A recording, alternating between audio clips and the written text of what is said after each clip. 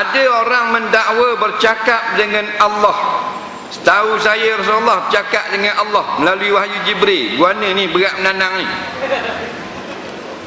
Lepas saya dah berhenti, seakan-akan suara bapa Malaysia kita menyedarkan saya. Suara Tun Dr. Ismail, Senua beramal, suara Tun Mustafa, Tun Fuad Steven, suara Temurun juga, semua. Yang paling penting suara Allah SWT minta saya turun back to frontline politik dan menyelamatkan negara kita, bangsa kita. Yang paling penting suara Allah SWT minta saya turun back to frontline politik dan menyelamatkan negara kita, bangsa kita. Yang paling penting suara Allah SWT minta saya turun back to frontline politik dan menyelamatkan negara kita, bangsa kita. Mengaku boleh bercakap dengan tu, dengan ni, bercakap dengan Nabi Khidir. Pelik-pelik dia ni, dia nak pelik. Beramalnya tidak. Orang ngajar masjid muka ni tak rajin nampak. Tapi kalau bercakap, dia sembang malam dengan Imam Mahdi. Bulat dah. Jadi benda-benda ni jangan.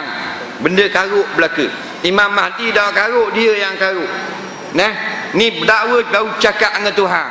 Cakap dengan Allah. Tidak akan keluar kalam ini daripada ulama-ulama. Yang keluar daripada orang-orang bodoh, orang-orang jahil yang tak reti apa hukum. Yang keluar daripada orang-orang bodoh, orang-orang jahil yang tak reti apa hukum. Jadi kita orang awam tak usah duk pening kepala lah. Ini penyakit. Daguannya ada juga orang percaya. Dia kata dia baru cakap dengan Nabi Khidir malam. Tang maring cakap dengan Nabi Musa. Pulak dah. Nah, bila kita kata mana bukti, dah semalam.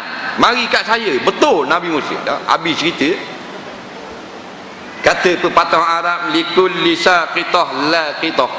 Tiap-tiap buah yang gugur mesti ada orang kutip. Faham? Kita jalan-jalan tengok buah pelang. Buah pelang kita ambil tengok, ada ulat. Kita ambil.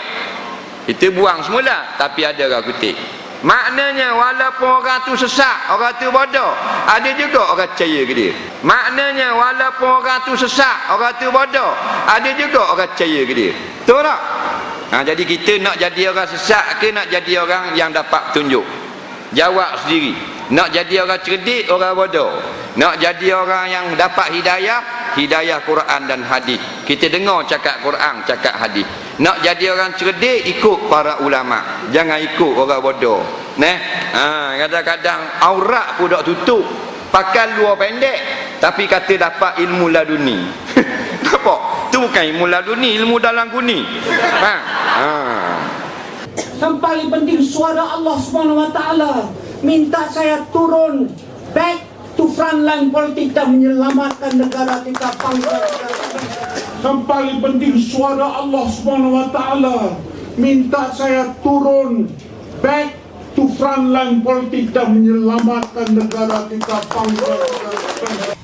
Sesiapa sahaja pun yang bercakap seperti ini, Allah Subhanahu wa taala bersuara kepadanya. Okay? Kalau kita lihat dalam sejarah Islam, dalam Al-Quran Allah menceritakan bagaimana Nabi Musa alaihi salam berbicara dengan Allah. Wa kallamallahu Musa taklima. Allah Subhanahu wa taala berkata-kata dengan Nabi Musa alaihi salam dengan kata-kata yang bagaimana wallahu a'lam, yang bersuara ataupun tidak, dengar ataupun tidak, wallahu a'lam. Tetapi kita beriman bahawasanya Allah berkata-kata dengan Nabi Musa alaihi salam dan Allah bersifat dengan sifat kata-kata. Dan Nabi Musa alaihi salam yang mendengar kalamullah azza wajal, menerima wahyu, diperintah oleh Allah Subhanahu wa taala untuk naik ke gunung ataupun jabal Tur, Jabal Sina, ataupun dipanggil sebagai Jabal Sinai kalau di Mesir pada hari ini, di mana beliau berkata-kata, beliau berbicara dengan Allah Subhanahu wa taala secara langsung. Itu zaman Nabi Musa. Okay. Kemudian zaman Nabi sallallahu alaihi wasallam, Nabi sallallahu alaihi wasallam hanya berbicara secara langsung dengan Allah Subhanahu wa taala ketika baginda di Sidratul Muntaha. Sidratul Muntaha. Okay. Sekarang ini kalau kita lihat, datang seseorang ini, ahli politik ini, beliau berkata beliau mendengar suara Allah Subhanahu wa taala. Jadi saya kira seolah-olah kedudukan ini, saya tak kata beliau menyamakan, tetapi boleh difahami bahawasanya seolah-olah kedudukan ini dilihat sama dengan apa yang berlaku pada Nabi Musa dan sama yang berlaku pada Nabi Muhammad sallallahu alaihi wasallam. Adakah ini Nabi baru?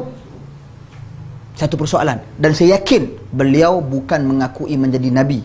Tetapi apa yang berlaku secara realitinya, pengakuan dan kata-kata seperti ini, sama ada kata Allah perintah kami ke Putrajaya, Allah Subhanahu wa taala perintah bersuara kepada saya untuk ni.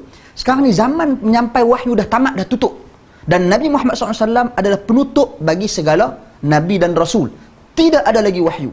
Maka saya katakan di sini, kalau sekiranya kita nak berpolitik pun, turunlah berpolitik. Tak payahlah tarik Tuhan sekali, gunakan Allah Subhanahu wa taala, gunakan agama untuk kepentingan. Tak kira hang UMNO, tak kira hang PAS, tak kira hang PKR. Jadi kita kena berhati-hati dalam isu dan hal yang seperti ini. Saya harap orang-orang yang berkata seperti ini, tak kira dia ke sesiapa saja, bertaubat kepada Allah Subhanahu wa taala dan beristighfar banyak-banyak. Wallahu a'lam.